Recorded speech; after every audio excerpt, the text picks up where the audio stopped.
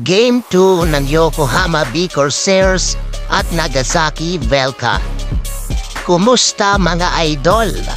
Opening ng first quarter, nagtala agad ng 2 points ang ating pambato na si Kai Sotto. Sinundan pa niya ng magandang pasa kay Oliver. Tingnan nyo ang ginawa dito ni Kai Sotto. Sinigurado niya na ang puntos dito. End of first quarter, 30-14 ang talaan, lamang ang Yokohama. Second quarter, nakuha ni Kai Sotto ang pantatlong foul. Kaya naman hindi muna siya binigyan ng minuto sa loob ng half ng second quarter at third quarter.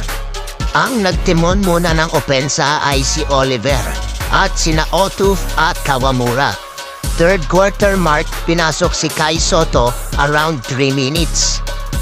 Pasok ang layup ni Otuf. Meron ng 11 points si Otuf.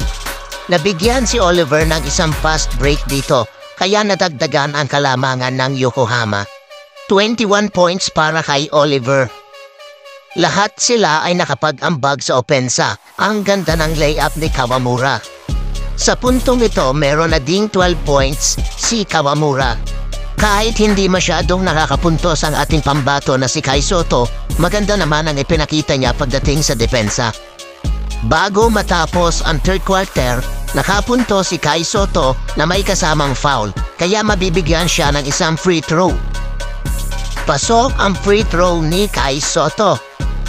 Natapos ang third quarter na may score na 80-62, lamang pa rin ang Yokohama. Sayang yung driving dito ni Kai Sotto. Hindi lang yan na i-convert sa end 1. Pero de bale, pasok naman ang dalawang free throw. Supalpal ang ibinigay ni Kai Sotto dito sa player ng Nagasaki. Around 7 minutes, pasok ang long 3 points ni Mori. Lamang na ng 22 puntos ang Yokohama. Magandang depensa ang binigay ni Kai Sotto sa import ng Nagasaki. Isang monster block para sa pambato nating si Kai Sotto. Around 4 minutes time ng fourth quarter, ito yung inaantay ng lahat, Kawamura connection to Kai Sotto, alley-oop dunk. Meron ng 11 points si Kai Sotto. Kahit medyo pangit ang laro niya ng second at third quarter, bumawi naman siya sa fourth quarter. Mintis ang alley-oop ni Kai Sotto, pero nakakuha naman siya ng foul. Mabibigyan siya ng 2 free throw. Pasok ang 2 free throw ni Kai Sotto. Sa huli, panalo ang Yokohama.